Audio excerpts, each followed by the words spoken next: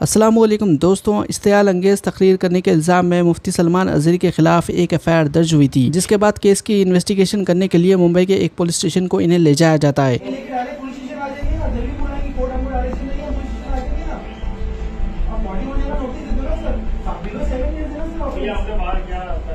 ये अभी कुछ देर पहले का नज़ारा है। रात का वक्त हो गया, लेकिन दिन से ही मुफ्ती सलमान अज़हरी के जो सपोर्टर्स है पीएस के सामने खड़े हुए थे और नारेबाजी भी हुई। क्राउड भी एक बड़ी तादाद में यहाँ पे मौजूद था। क्या वाक़या पेश आया, तमाम फुटेजेस हम आपको बताएंगे।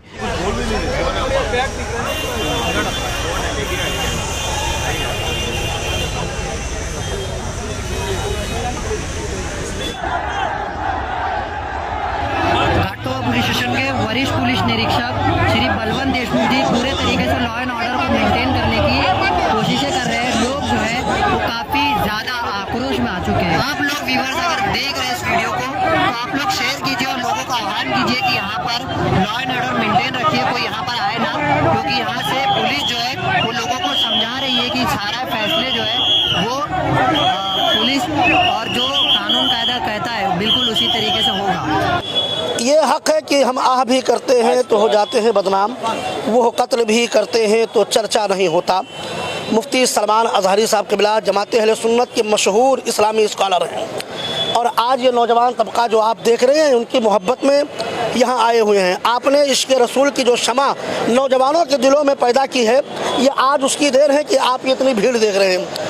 आपने सवाल किया अफजल साहब कि बहुत सारे एमएलए एमपी इस तरीके टी राजा, मैंने नाम भी हाँ टी राजा, मैं आप तो टी राजा की बात कर रहे हैं। मैं अभी हाल ही दिनों में मीरा रोड के वाक़े पर जिस तरीके से नीतीश नारायण राणे के बेटे का बयान आया है, आप उसको देख लें। आप उस पर क्यों नहीं केस दर्ज हुआ? एफआईआर क्यों उस पर क्यों नहीं दर्ज की गई? पॉलिटिशियन है तो क्या हुआ? कानून तो सबके लिए है ना, संविधान सबके लिए है, उस पर भी कार्रवाई होनी चाहिए। मुफ्ती साहब क़िबला के जिस बयान को लेकर के ये कुत्तों को दर आया है, मुफ्ती साहब क़िबला ने किसी का नाम नहीं लिया है। पहली बात तो ये होनी चाहिए कि सिर्फ लफ्ज़ कुत्तों का इस्तेमाल किया है, उन्होंने नाम किसी का नहीं लिया है। फिर जो लोग इस तरीके से वावेला मचा रहे हैं, एक बड़ी आवाज़ को दबाने की कोशिश की जा रही है। आज मुफ्ती सलमान अज़हरी साहब क़िबला एक जमाती सतह पर बहुत उभरते हुए हमारे कायद हैं, इसलिए उनको दबाने की कोशिश के तहत ये कामिल किया गया है। अच्छा, एक लोगों से अपील कर दीजिए कि मुफ्ती अज़हर साहब ने भी जो है अपने ऑफिशियल हैंडल पे बताया है कि लोग सिर्फ दुआएं करें और ऐसा भीड़ जमा करके कोई लॉ एंड ऑर्डर बिगाड़ने की कोशिश ना। देखिए अफजल भाई, हमारे उलमाए किराम तो हमेशा उन्होंने अमन व अमान और साथ ही साथ मुल्क की भाईचारा के लिए उन्होंने हमेशा अपील की। मुफ्ती साहब क़िबला की तकरीरें आप सुनेंगे ना तो आपको ये महसूस होगा कि मुफ्ती साहब क़िबला मुल्क की जमहूरियत और साथ ही साथ यहाँ के वक़ार के लिए उन्होंने हमेशा बयान दिया है। आज भी मैं कहता हूँ कि मुफ्ती साहब क़िबला ने जिस तरीके से अपने चाहने वालों को और इश्क़ रसूल में मर मिटने नौजवानों से जो पैगाम दिया है कि आप लोग अमन व सुकून बरकरार रखें, हमारे लिए दुआ करें, मुल्क के लिए दुआ करें, इसलिए मैं नौजवानों से आपके चैनल के द्वारा मैं नौजवानों से अपील करूंगा कि हमारे नौजवान इश्तियाल अंगेज़ी का मुज़ाहरा बिल्कुल ना करें, बिल्कुल अमन व सुकून का माहौल बना के रखें।